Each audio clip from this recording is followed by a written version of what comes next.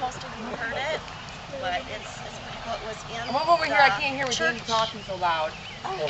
It was in the church paper. Did I need to have a microphone here? No, you said you in the sun. I should have brought the karaoke or something I could have sang. We're actually going to talk about Parshallville. Yeah. But our grandma Nellie, everyone remembered her. That's our age. She wrote a lot of poems, some stories. So we picked out this one poem about Parshallville. Down the hill into the valley, sights of beauty I behold. White the church with steeples soaring, welcoming friends into the village. Clustered homes of hue and color, spot the landscape here and there. Through the center flows the river with its darting, rippling stream. There's a magic in this vista that I view from on the hill. Little sleepy, lazy village, beckoning hearts with it to stay. And she wrote this going on 50 years ago. And then Ruth went through so many records and stories. Well, I'm making it short, and I do have some handouts, so if you really want to read more about it, I will give you whatever. If we don't have enough, we'll get some copies. So this is the church. You want to talk about the church? Okay. Sorry, we didn't plan very well. We're just throwing in this, and we're just Most going. of you know where this is, just down the way. The village is small, but over 100 years ago there were two churches. This one was a Methodist, and the other was a Baptist, and it was the old Brower house. I don't know who remembers that but us. Yeah. And you'd go in their house and you would see that it did resemble a church at one time. That brick home right there. The one right over The here? red brick. Oh, that's the one I know, yeah. Yeah. And this church, in the last years, over 100 years later, it became Nativity Evangelical Lutheran Church, and then after that it is now owned privately, and a woman collects antiques. So you can't view it, but we can drive by it. And Ruth was married in the church. Mike, Steve, and I went to the church. Anyone else? Too bad. Anyway, the churches were always filled at that time with horses and buggies. The ladies' aids of the Methodist Church, they always had meals for 25 cents a plate. And on here, I remember the harvest dinner. Remember that? Oh, yeah. the harvest dinners. Oh, yeah, I always had to make centerpieces out of these. And my grandma was born in 1910, but she wrote a story of July 4th, 1909. Ruth has copies. Celebration in Parshallville. Okay? Imagine that. And it was They have fireworks? Fireworks. Did they? She can tell you. There's a little thing on there I wrote about was here. what they had was a steam launch from Lake Fenton. Passengers came on a ride, and they came up and down the pond. They had wash tub races across the pond. They had a greased pig contest, a wheelbarrow race. Busy day, busy evening. They had a dance at a pavilion. They had a band and fireworks. For a penny, you could get a snapshot of yourself or your family. You could buy souvenirs for a penny. You could get popcorn, lemonade, or lemon on a stick for a penny at this celebration. And you can pass this around. I'll start with Jeremiah. This is what the town looked like back in the 4th of July. I think there were 2 or 3 blacksmith shops. There were. Yeah, you had something to add. I mean, I just kind of remember went through that. it. But Yeah, but tell anyway, them that story. this is more of the church, and all of us were active in the church. Mike and Steve and Diane and Ruth remember that we participated at Sunday school, and it was Easter Sunday, 1957. Steve Morgan did the poem, I'm Big Enough. Mike did Easter Cheer, and Diane did My Say. Can you recite those now? And Ruth did. Ruth did. Without bursting into flames. Eye big enough. Rejoicing. Oh, So we'll pass that around. And this is the church with the, what did you call those suppers, Steve? Harvest dinners. Harvest dinner and all of that. That's the harvest dinner. So this That thing's a picture's cool from one. 1950 and that other one was like 2003, so you kind of have a, it didn't change a whole lot, but. There's a few of the families that are buried here. Those families had their meals, after after the burial and that, they go back to the church over Oh, there. yeah. So And the basement. downstairs in that church was a busy place. I kid you not. We all remember a lot of stuff. And That was Grandma cool. was written up in a lot of the local papers. Flint Journal. That was a She wrote a lot, and we all have our memories of our grandma. It's pretty special. Michelle, come on up here, Michelle. Well, you know, the pictures didn't, no, you can stay there. The pictures didn't, I had gotten pictures of the actual, it was really Jill's idea, I just took the pictures. Let's have a look at this. Is we So, call them organ. This we have claimed, this tree, if everyone would turn around, this gigantic tree, we have claimed as the Morgan tree, Jill and I.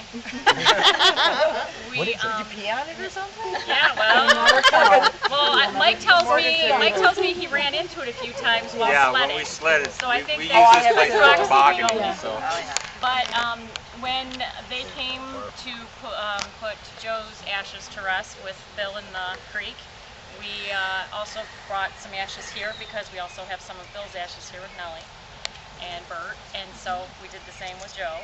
And after she had gone home and everything, through the Miracle Facebook, she sent me a message and said, "You know that big tree?" And I knew exactly what tree she was talking about, and I said, "Yeah." And she said, "Wouldn't it be cool if you went, because you're such a great photographer." This was trying to butter me up, but she didn't need to. It was. Yeah, right. But you didn't even need to. As soon as you said, "Go take some pictures," I was like, I was in, all in.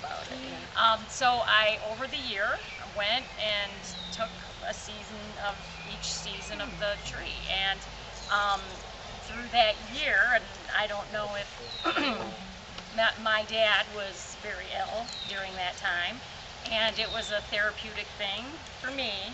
And during, in fact, the day that he died, I came and took the last picture of for the summer tree. Wow. And that was, it was very therapeutic. So it's also, even though I just married into the Morgans, it's also sort of my tree now too. But I had printed up rather lately. I actually have a picture of the for everybody of the 4 trees, but the printer at the Walgreens I sent them to is down. So we'll try to get it before everybody leaves. We'll try to make sure we get it to everybody. But it ended up, it was a beautiful, I mean, it ended up turning out awesome. And she made them for her room, her guest room. She put that. It's awesome. And then what did you put on the wall behind it with it? I just forgot it. Some Pam is awesome. Yes, it said Pam is awesome, and like branches on a tree, we grow in different directions, yet our roots remain the same. Oh, I've seen that before. That's a beautiful thing. And I kind of copied Aunt Ruth, like making it my grandma room, because I have a quilt and I have a little rug that she did, and yeah. And then I copied you and I've got those in my dining room. I'm not really copying. We all did it. Okay. It was all for the common She good. sent them to me. She's looking, can I send them by email? I said, no, I want the real thing. I don't know. I can get all that. Right. I'm doing better now, but then I didn't. But I plan on getting everybody a picture. And then also, I had sent out a thing about a book. I'm about halfway through making a Morgan book. You guys go back way back, to like 735, back into in Wales. And so, but there were castles and lords and intrigue and all of that. And Was there any drunks and bucket I'm guys? pretty sure every one of them that was Were some code in for. jail? Okay. Or some jailbirds? And Yeah, yeah. No, there was not much of that. I did not see. There was actually a lot of good. The one gentleman That's made. good to know. There's a statue of him in Springfield, Massachusetts, because he founded. What's his first name? Miles Morgan. he established Springfield, Massachusetts, and there is a huge monument of him in there today that we plan to visit at some point. Any pirates? Any pirates? I would imagine so. I would imagine so. Our kids would love that because they all do the Captain Morgan pose. So anyway, so I will still be putting that together, and as I do, I'll send a link to everybody, and then you can look at it, decide, and then purchase it. Walgreens always has coupons on there for 50% off. So it's going to be big, so 50% off coupon would be good. Okay, and I guess it's my turn. I'm going to talk just real quick about Isaac Parshall. This is our roots. This is how I started. Founder of Parshallville, Isaac Parshall. He came to Parshallville in September 1835. He came from Buffalo, New York. He's from Chemung, but he came by Buffalo down the lakes of Detroit. Took him 8 days to get here. Isaac was a miller in New York, and he was interested in mill sites. And on his way back to New York, he stopped in Detroit and he purchased 185 acres from around this area. Then, in 1841, he built his home. And in his diary, he says he drawed 4 pine logs 44 miles from Lapeer. Later years, it became the Burt Morgan residence, and that's where we all come in. But here's the picture of Michigan, Parshallville, and over here is Lapeer. So if you want to look at that. I did not realize that you guys lived in the founder's house. Oh, we did. It was when I was a little girl, it was 100 years old, so what is it now? 180? I mean, you know, we'll drive by. That's awesome. I didn't want to figure it out. Yeah, the math stopped. I didn't want to figure it out. You know what he meant by fraud? And so anyway, I'm going to tie this in with that because I wrote this article, and I do have some handouts. If you don't have enough, you can make copies for each other. I can get you Bruce some. got a lot of handouts if you want. Yeah, if you want. It's okay. This is an article in the Livingston County Press. It was the late 70s or early 80s, and it was from the Isaac Parshall diary. So I got this so you can read about it. It tells a little more about what I just said. So I copied this, if anybody wants to take that. Because I do You have can take this. pictures of the stuff with their cell phones. You don't have to make copies and all that. Oh. Everybody has a camera Well, I phone, mean, right? if they're old like me, they would have to have a copy. Take a picture of it and mail it. Okay, the great Where are you, 80 years old now? You are now. I might But need rather to. than You and I. because I'm going to take pictures of all of it. But I have a picture of That's the mill. I awesome. copied all that. Oh, you made a copy? Yeah. Do that, but Yes. I will just be She taking said I pictures didn't of need it. to. But you And this here don't the listen mill. to her. This is the mill from 1974 when it changed hands. It used to be all white when we grew up. And this was like from the Michigan farmer. Mom and Dad kept that. And then this here is also an old picture. This was from 68 when they first changed hands to Richards. When Richards bought it, that's Tom Walker had it, and then they painted it right after that. And that's, so there's an article there.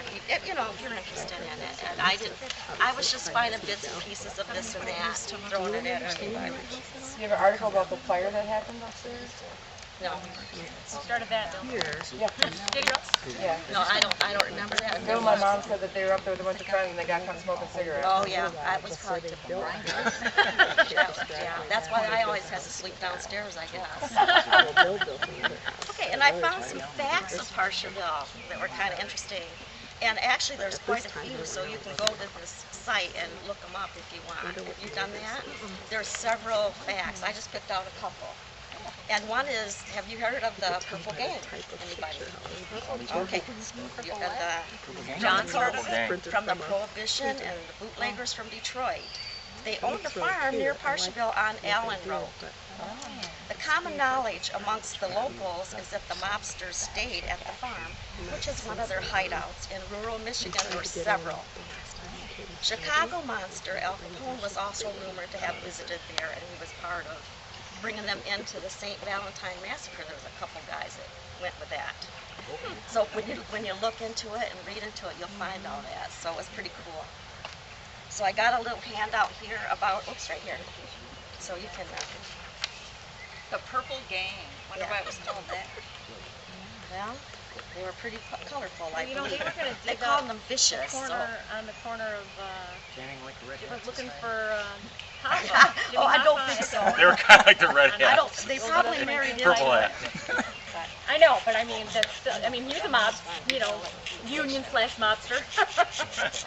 Okay, and then the town also had the nickname of Dog Patch. Have you heard that, Steve?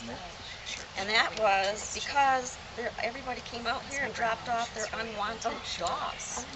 And we had a big population of strays, more than people. This is kind of my us, I think. Nowadays, that would not be allowed. But the name Dog Patch came from that comic strip, Little Abner.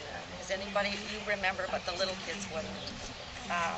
And Little Abner, it was in the newspapers from 1934 to 77. And it was from the citizens of Dog Patch, Kentucky. So there really is a dog patch. But that's where Parshallville got that nickname.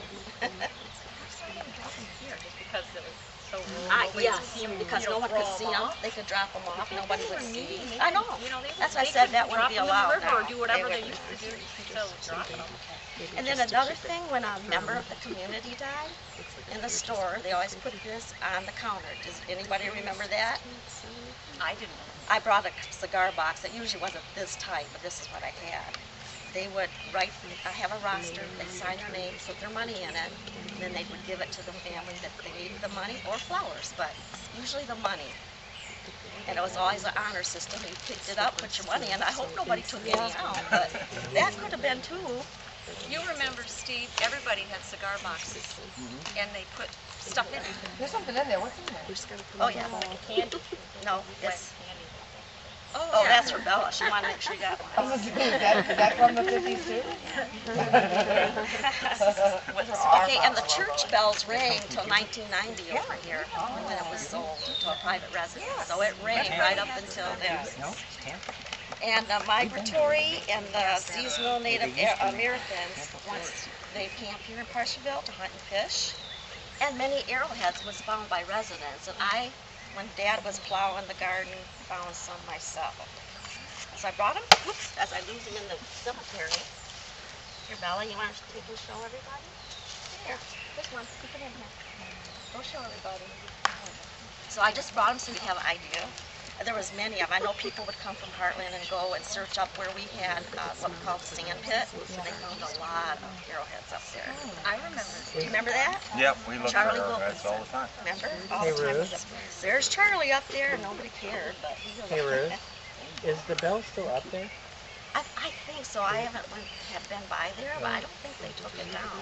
They had to replace it one time because it, you know, so I think the steeple was taller, and I remember they had to shorten it.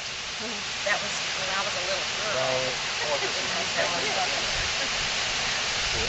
So anyway, I've got the site that you can go to see more Parshallville facts. It's Parshallville.com under Fun Facts of Parshallville. Okay.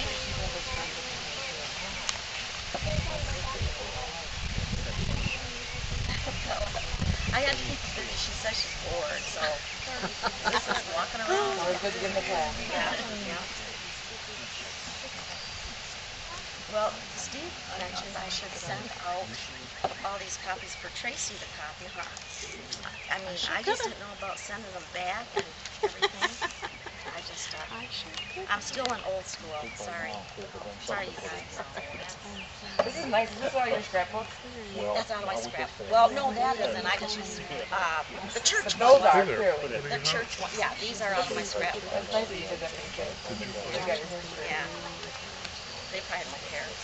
Yes, they No, will. they Maybe would. later Not on. now, but they will. Even Bella's like, I know she's getting more interested in little things, so she'll ask me about it. It's taken a while, but.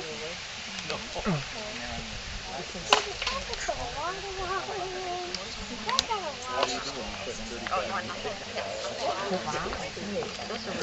I just stripped it from the tree. Yeah. And nothing would grow under that part of the house when they were trying to fix it. Steve gave me pictures. I was just trying to. Well, wait, okay. I have my grandma Check the kept box. my grandma used to have buttons. Everybody. I still have my dad. Did you put money in Is it? that to cover the copies? Coins in it. That's what I was getting. Still smells This bunch of bizarre, trucks but in the empty. Okay, we got one more thing to Yeah. go over and then we can. Yeah, it's getting a little warm, I understand that. We might help you on that. There's a lot more to Parshallville Oh my than the gosh, grist. there it is. Steve took the money out of the box. There you go. It's right there where he was standing. I figured that would be Steve. Wasn't me. He was probably the one that got it out when It they were was on in the the box. counter. I saw it in the box. I passed it to Steve. It wasn't in the box. There's a lot more to Parshallville than just the grist mill and the cemetery here and the churches and everything else. The stores are kind of interesting. And to kind of lead into that, there was a few people that like to imbibe in this area. And what we would do as kids, Steve, and sometimes Diane and myself and others, we'd grab our radio flyer and we would follow some of these people. Because if we could find the bottles, we put them in our wagon, because that's how we could buy things for a penny or 2 pennies or whatever. We got 2 cents a bottle. You got 2 cents a bottle, so that was like a piece of candy, you know. So we would go all around this neighborhood. We'd pick up 2 or 3, you know, big wagons full of stuff. And we go over here to this store. This store over here was at one time a schoolhouse. And it was purchased by a man named Charlie White back in 1922 when it was consolidated with Heartland School District. He sold it in 1946, and it was a general store it was a general store owned by several people until 1970. Then, as you see, it's a private residence now. Somebody bought that. Little known fact is that store, and we could probably get a little deal on this one, in the late 50s and 60s, Grandma Morgan worked in that store, and that was called Stoughville's and Guilfoyle's. So it was a store, we were there, and so on and so forth. What kind of store was it? Just like A general store. general store? To a couple people who go, yeah, it was a party store. Convenience store. It had a little bit of this and a little bit of that. And if you couldn't get it there, you go up on Allen Road and around the corner from the church, and that was the Parshallville hardware store. And there was a hardware store that had all the hardware implements and everything. I think you can still see the sign on it, I'm not sure. But if you happen to travel over there, that's Parshallville hardware. The Guilfoyle store, because I remember, had cut meats, and Grandma would always slice meat and hamburger, and there was ice cream. Pickled bologna in the big sheet. Yeah. Yeah, so we would chase a pan with the pickled bologna. Exactly. Right now. Mom always worked Fridays, on Fridays, because I cut fried bologna. they would go to Detroit to get their stock. So Mom always worked Fridays. And so she was there all day, and I was there most of the time. Diane was there most of the time. I think we ate up her profits probably. Yeah. But anyway, it was funny because all these young boys and girls would come when she was there, because she would stack those ice cream cones like this. And Mr. Guilfoyle was a little cheaper. He probably was looking at the money. And you would get one this size with him. So they would wait till Fridays when Mom was in the store. Here they come. Do you remember that? I remember that, but I had another thought, was when we collect bottles, you could get a RC Cola 12 ounce and a bag of chips, and it was 25 cents. Yes. I always remember that. Yes, bag of chips and an RC Cola. So you only had to get 13 bottles, and you Yeah, covered they the had tax and everything. Hey, that was a good math thing for you Yeah, guys, wasn't it? Yeah, that was pretty good. So anyway, what do we have on the vouchers thing here?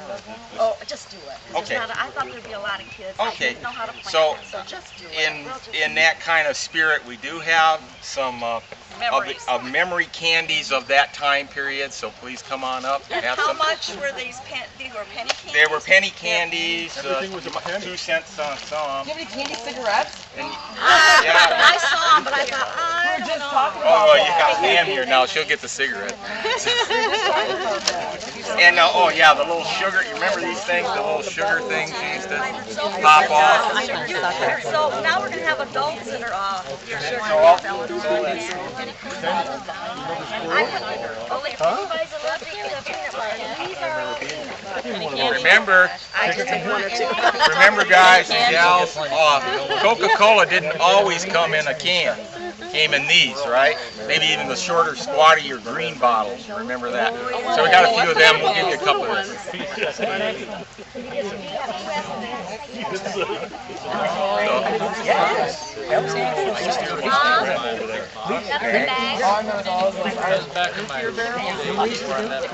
These were 2 Oh, cents. you got the bag. They weren't a penny.